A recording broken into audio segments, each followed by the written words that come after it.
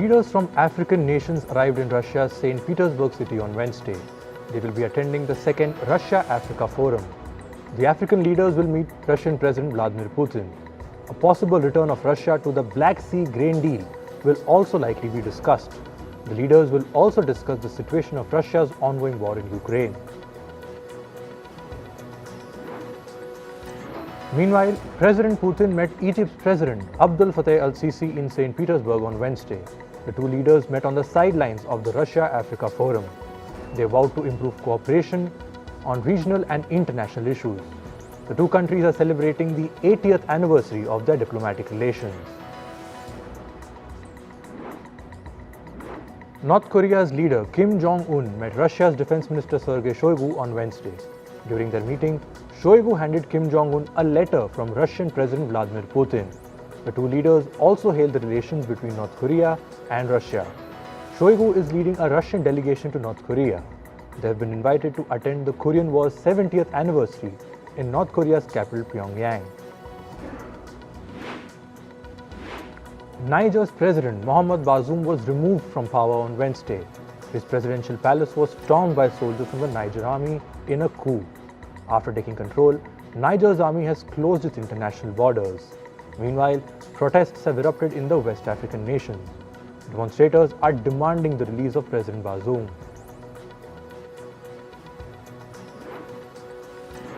Australia signed a major defense deal with South Korea. Canberra will purchase 129 infantry fighting vehicles from Seoul. The deal is worth over $4 billion. This is one of the largest projects in the history of the Australian Army. The vehicles will be assembled in Australia.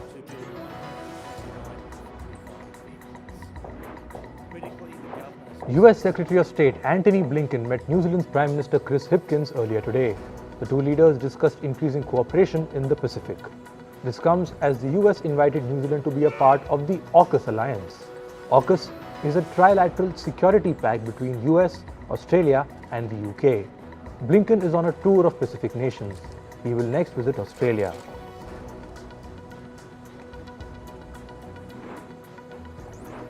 In the US, two former Navy pilots and a former intelligence officer testified about unidentified flying objects or UFOs on Wednesday. The three officials said they had witnessed unusual activity that they did not know how to explain. They urged the US government to be more transparent about UFOs and alien sightings. Last week, the White House said that some US military pilots had allegedly seen UFOs during training missions.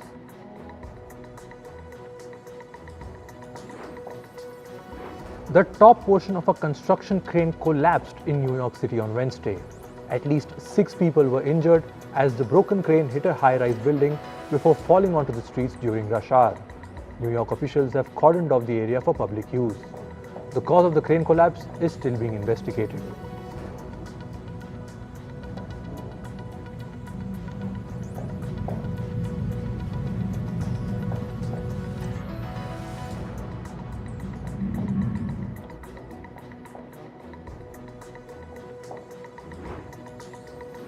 Canadian Prime Minister Justin Trudeau reshuffled much of his cabinet on Wednesday. Trudeau retained his finance and foreign ministry portfolio. He reassigned the roles for Canada's defence and public safety ministers. The reshuffle comes after Trudeau's national popularity dropped from 38 to 28%.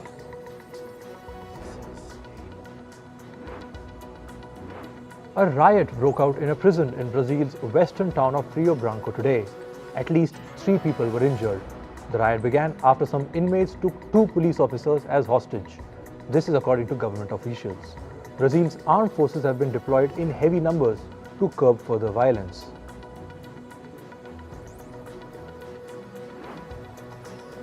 Protesters clashed with police in the Latin American nation of Peru on Wednesday. Peru's police officials fired tear gas to disperse the crowd. The protests erupted outside the building of the Congress over the selection of a new board. Demonstrators alleged that Peru's Communist Party formed an alliance with a right-wing party after years of rivalry. Protesters say the ministers formed the alliance just to gain access to power. Teachers in the South American nation of Chile held a 24-hour nationwide strike on Wednesday.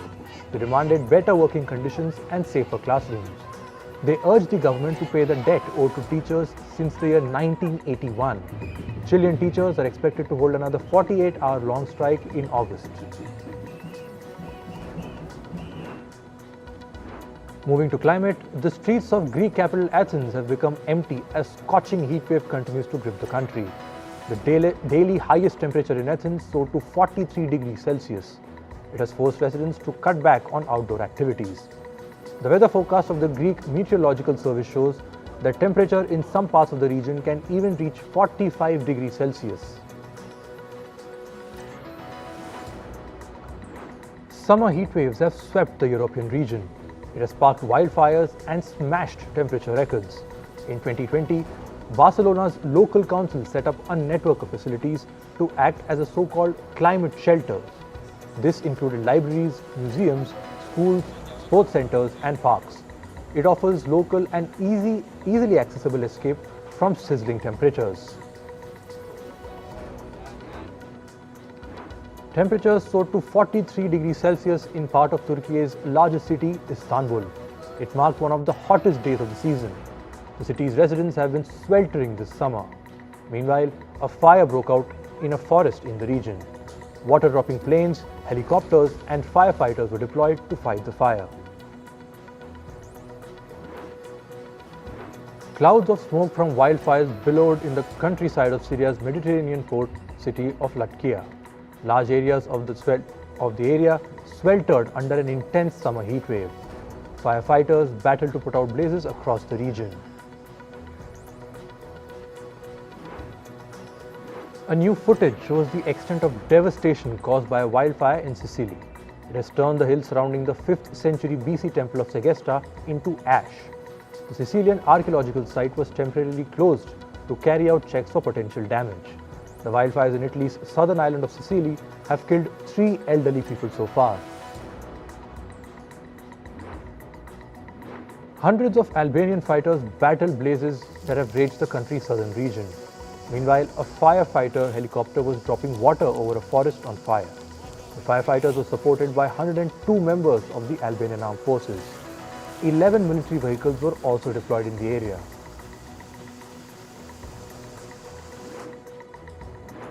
Hundreds of vehicles were submerged in a commercial neighborhood in Noida city in the Indian state of Uttar Pradesh. This is after the Hindon River overflowed.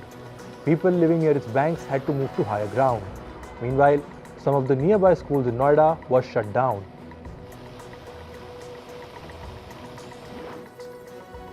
A young sea lion was released back to the sea on an Argentine beach after recovering from a neck injury. The injury was caused by a plastic wrapper. Earlier this month, the animal was rescued from the Punta Medanos beach. The sea lion was also anemic and underweight when it was found. On to business and tech now. The US Federal Reserve has raised its interest rates by 25 basis points. This is in line with analysts' estimates. The benchmark rates are now set within the range of 5.25% to 5.50%. This is its highest level in over 2 decades. This is the central bank's 11th hike in its last 12 meetings. Last month, the Fed held its rates to assess the result of its previous rate hikes. Meanwhile, the US Federal Reserve Chair Jerome Powell has said that the central bank staff no longer expects a US recession. In November last year, the Fed for the first time introduced the notion that a recession was likely. Earlier this year, amidst the banking crisis, the central bank outrightly forecast a mild recession. However, it has now shifted from its previous stance.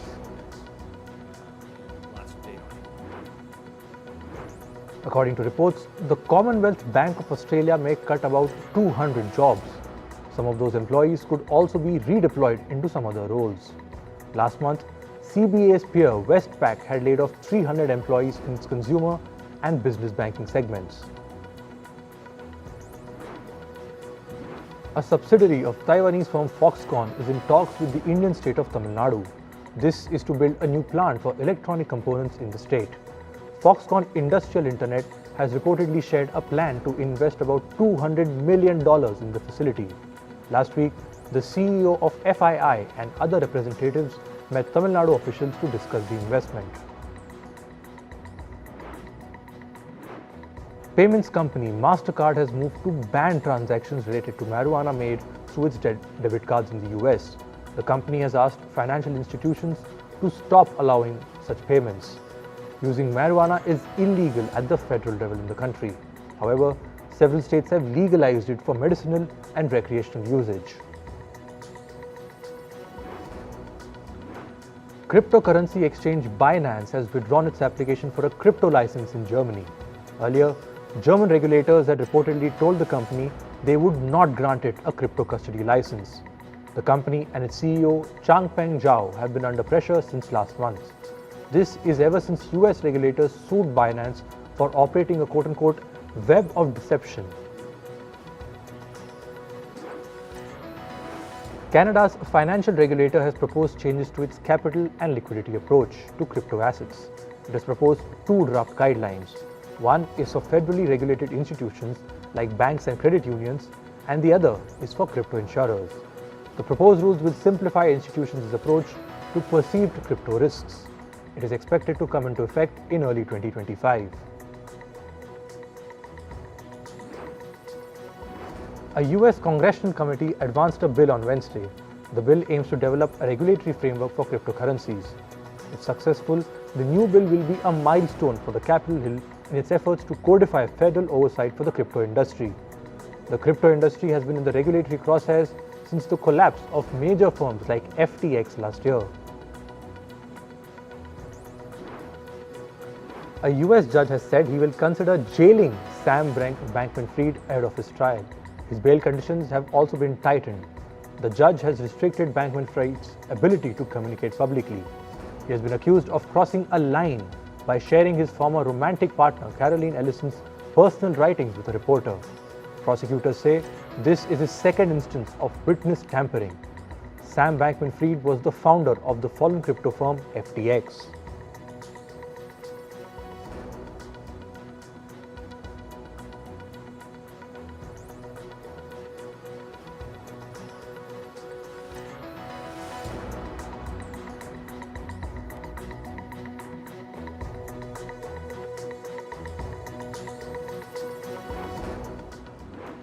Reports say Microsoft will provide artificial intelligence technology to the Japanese government.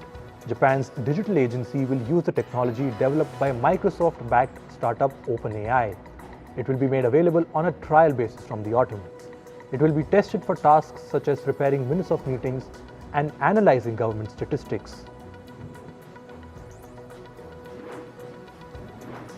Moving to sports, according to reports, Indian cricketers wrote to the Board of Control for Cricket in India, or the BCCI. This was after their flight got delayed for several hours ahead of the first one-day match against West Indies. The players were supposed to travel at night on the last day of the Test series against the West Indies. They landed in Barbados for the ODI match early in the morning without ample sleep. The Indian team members requested the BCCI to not book midnight flights as they need adequate time to rest in between matches. England Test cricket captain Ben Stokes will use a 6-month break to resolve his knee problem. This means Stokes may not play until England's first Test match in India in January. The 32-year-old bowled only 38 overs in Ashes Test cricket this year due to his knee injury.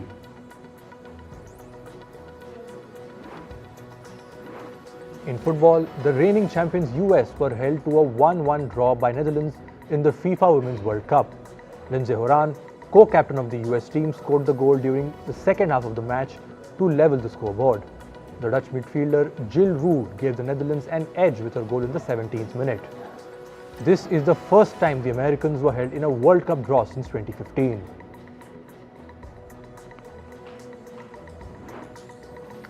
Spanish football club Real Madrid won 2-0 against Manchester United in a pre-season friendly in Houston on Wednesday. Jude Bellingham, who joined Madrid in June, scored his first goal within just 6 minutes. Joselu scored the goal in the final minute for Madrid to seal the victory for the club. French striker Kylian Mbappe refused to meet with Al Hilal officials for talks in Paris. The Saudi club have offered a record-breaking fee to the PSG striker for his transfer to Saudi Arabia. According to French sports newspaper, Mbappe has never considered the move as an option. Jordan Henderson, the captain of English Premier League club Liverpool, has confirmed that he is leaving the club. The 33-year-old midfielder has captained the club for 12 years. Henderson posted a goodbye message on his social media for his fans. The former Liverpool captain is now all set to be confirmed by the Saudi club Al-Ittifaq. French striker Moussa Dembele has joined Al-Ittifaq as a free agent in the Saudi Pro League club. This comes after Dembele's contract recently expired. The financial details of the deal with Al-Ittifaq has not yet been revealed. In badminton, Indian shuttler Lakshya Sen secured a spot in the quarter-final in the Japan Open 2023. He defeated Japan's Kanta Suyama 21-14, 21-16 in the men's singles category. He will now face another Japanese opponent on Friday.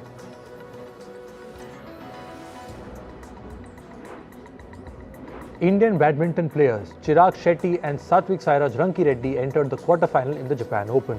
The duo defeated their Dutch opponents in the men's doubles category. They will now play against their Taiwanese rivals on Friday.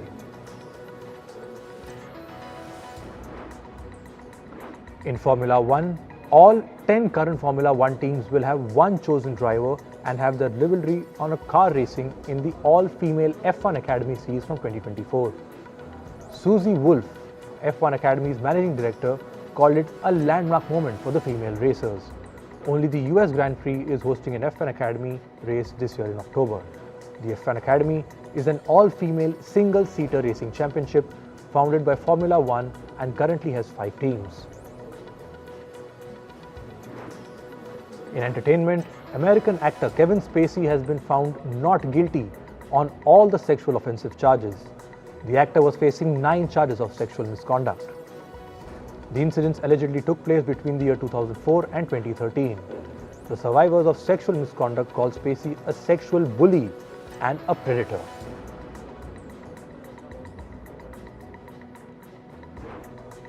Elon Musk has mocked Greta Gerwig's film Barbie. He said, "If you take a shot every time Barbie says the word patriarchy, you will pass out before the movie ends." The Barbie movie has made an attempt to talk about women's struggles in a patriarchal world. The movie also questions men's place in the society and focuses on internalized misogyny with a comic twist. The movie has made more than $400 million on the international box office. The father of the atomic bomb, J. Robert Oppenheimer's grandson, has spoken about a part of the Oppenheimer movie that he thought was inaccurate. Charles Oppenheimer pointed out that the part he liked the least was the poison apple reference. He said, and I quote, "There is no record of him trying to kill somebody. That's a really serious accusation. There is not a single enemy or friend of Robert Oppenheimer who considered it true." As Hollywood writers and actors continue to strike to demand higher pay, Netflix has posted a new job profile. The streaming platform is looking for a machine learning project manager and is willing to offer a compensation between $300,000 and $900,000 a year. According to the Screen Actors Guild, 87% of the union actors make less than $26,000 in a year. The use of artificial intelligence in the production of movies and series has been a major bone of contention for striking actors and writers.